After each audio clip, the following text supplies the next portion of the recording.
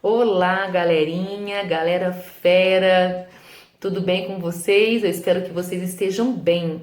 Bom, bem-vindos para a gente poder juntos olhar para a palavra de Deus e tirar aprendizados para nossa vida, né? Hoje nós vamos ver um pouquinho a história da vida do rei Ezequias, rei de Jerusalém.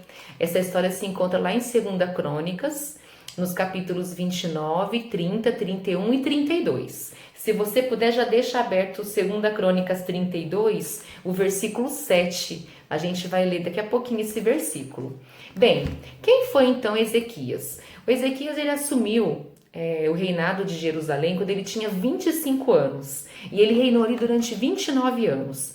A Bíblia diz que ele foi um rei que fez o que era reto perante o Senhor. Já no primeiro ano que o rei Ezequias assumiu ali Jerusalém, ele abriu as portas da casa do Senhor. Ele, juntamente com os sacerdotes e os levitas, limparam o templo, tiraram do santuário toda a imundícia, para então santificar a casa do Senhor. Você pergunta, mas tia, por que eles tiveram que dar esse limpa no templo? O templo não estava limpo, não estava aberto, não tinha culto lá dentro? Não. Na época dos pais do Ezequias, daquela geração anterior, eles voltaram as costas para Deus, fizeram o que era mal perante o Senhor. E as portas do templo estavam fechadas, não tinha mais culto ali, não tinha mais sacrifício ao Senhor. Então Ezequias queria fazer uma aliança com Deus, para que Deus desviasse daquele povo a sua ira. E aí os levitas então ficaram incumbidos de purificar o templo. Eles levaram 16 dias para colocar ordem no templo, limpar tudo, organizar tudo, né? Então eles foram avisar o Ezequias que estava tudo limpinho já, o templo, o altar, os utensílios para os sacrifícios, também para os holocaustos, né? E depois que estava tudo limpo, o Ezequias restabeleceu o culto a Deus. Então ele reuniu com os príncipes da cidade, mandou trazer os animais para o holocausto e toda a congregação se prostrou. E a Bíblia diz que os levitas, eles estavam com os instrumentos musicais de Davi, então eles cantavam louvores ao Senhor, eles adoraram ao Senhor, eles estavam muito alegres por aquele momento, né, por aquela situação. No capítulo 30 de 2 Crônicas, diz que depois disso Ezequias enviou mensageiros por todo Israel. Ele escreveu cartas para todas as cidades, para que elas viessem à casa do Senhor em Jerusalém para celebrarem a Páscoa. Então os correios partiram, levaram essas cartas do rei por todo Israel e Judá, e nas cartas dizia para o povo, os filhos de Israel, se voltarem ao Senhor, Deus de Abraão, Deus de Isaque, Deus de Israel. Dizia também para o povo não endurecer o coração deles e dar as costas para Deus, como fizeram os seus pais. E também dizia para eles confiarem e se converterem a Deus, porque assim Deus acharia misericórdia perante eles. A Bíblia afirma que ajuntou muita gente em Jerusalém, veio muita gente de várias cidades ali ao redor para celebrar então a Páscoa.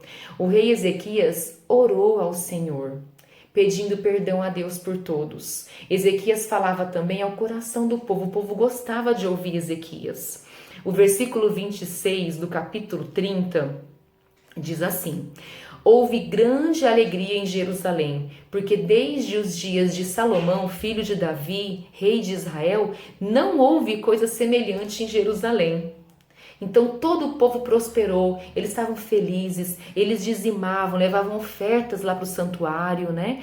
Porque eles estavam muito prósperos, eles tinham muito gado, estava tudo indo muito bem e eles faziam então o que era bom ao Senhor, né? Ezequias fez o que era bom e estimulou o povo a fazer o que era certo perante Deus, e esse povo foi abençoado por isso, né? Só que aí, depois destas coisas, depois que Ezequias organizou o culto a Deus, limpou e restaurou o templo, organizou os cargos e as funções do templo, né? Essa fidelidade de Ezequias, né? Depois disso, veio Senaqueribe, que era o rei da Assíria, e ele queria invadir lá Jerusalém para pelejar contra o povo de Israel.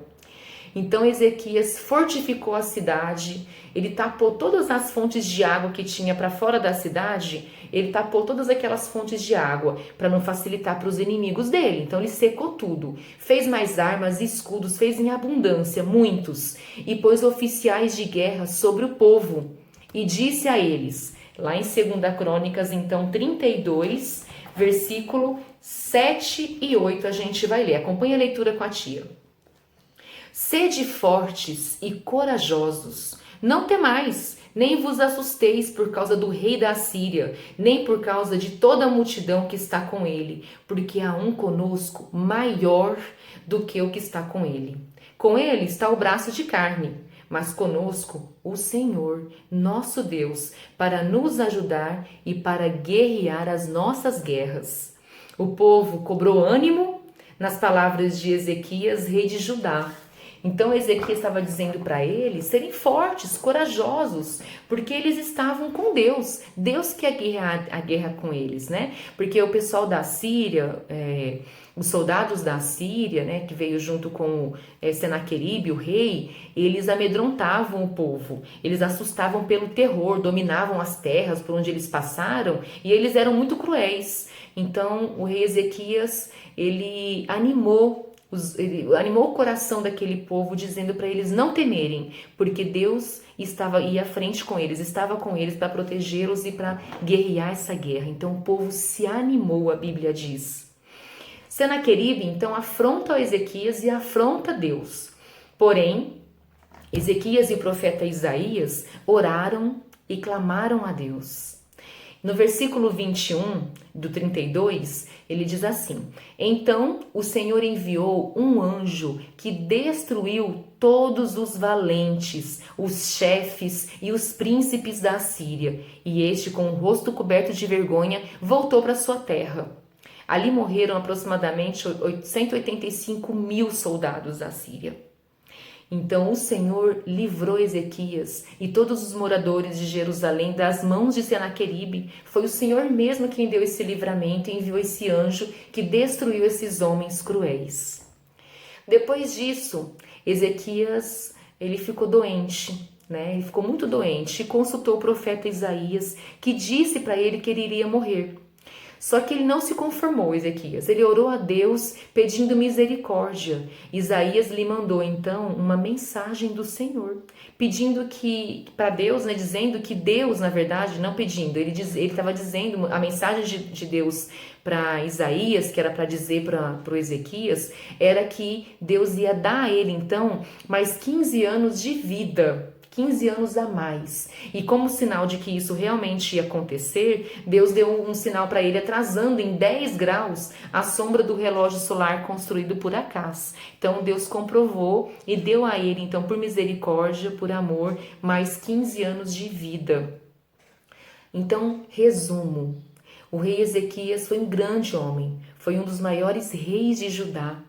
Ele fez o que era correto perante Deus. Ele sempre buscava o Senhor, orava ao Senhor, buscava orientação em Deus e refúgio no Senhor. Ele derrubou os altares dos ídolos, confiou em Deus e teve sucesso em tudo que realizou. Ezequias era um homem de muita fé e ele também estimulava isso e motivava essa fé também, né? Lembrava essa fé a todo o povo. Ensinava o povo a se aproximar de Deus. Essa passagem bíblica, todos vocês, né, para todos nós, na verdade, essa passagem bíblica fala para todos nós que nós não precisamos ter medo quando nós estamos enfrentando uma dificuldade, como nós temos às vezes, né? Por quê? Porque quem guerreia a nossa guerra é Deus, não é verdade?